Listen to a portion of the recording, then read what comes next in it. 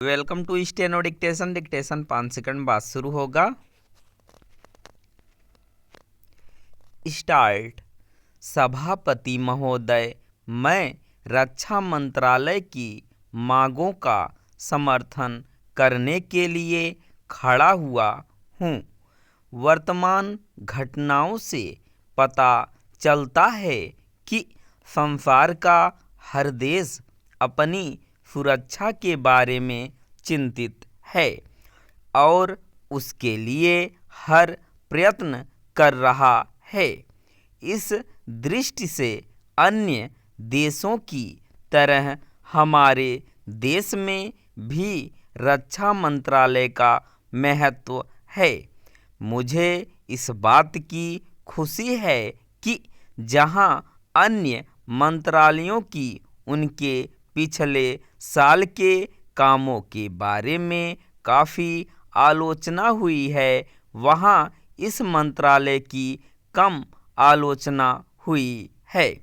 इससे पता चलता है कि इस मंत्रालय ने पिछले साल अच्छा काम किया है। मोटे तौर पर किसी भी देश की सुरक्षा नीति का लक्ष्य यह होता है कि दूसरे देशों, खास तौर से पड़ोसी देशों के साथ मित्रता के संबंध स्थापित हों और हम एक दूसरे के मामलों में हस्तक्षेप न करें। लेकिन उसके साथ यह भी जरूरी होता है कि हम अपने देश की सीमाओं और अखंडता की रक्षा करें। इसलिए हमारे देश का यह कर्तव्य हो जाता है कि हम अपने पड़ोसियों के कार्यों पर पूरी नज़र रखें, क्योंकि आज तक हमारे देश पर जो संकट आए वे हमारे पड़ोसियों से आए हैं।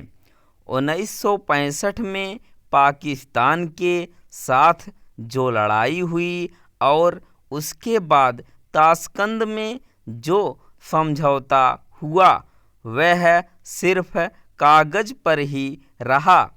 पाकिस्तान ने उस पर कोई अमल नहीं किया।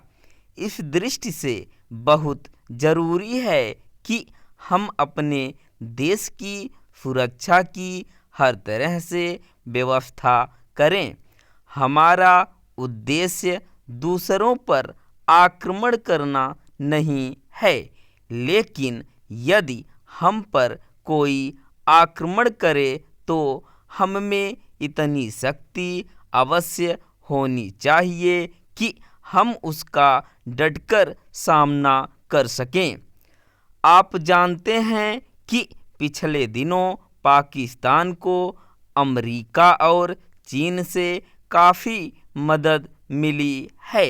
रक्षा मंत्रालय की रिपोर्ट में भी कहा गया है कि पिछले साल अमेरिका ने पाकिस्तान को 1500 करोड़ रुपए की फौजी सहायता दी है। आज जहां हम फौजी सामान के लिए अपने कारखानों की मदद से अपनी शक्ति बढ़ाने का प्रयत्न कर रहे हैं, वहां पाकिस्तान संसार के देशों से फौजी सामान खरीद रहा है। अपनी नीति के कारण वह सब देशों से लाभ उठा रहा है। मेरा सुझाव है कि हमको भी अपनी शक्ति बढ़ाने के लिए संसार के अन्य देशों से अधिक फौजी सामान खरीदना चाहिए। आज तिब्बत की सीमा पर चीन की 1.5 लाख फौज खड़ी है। स्टॉप।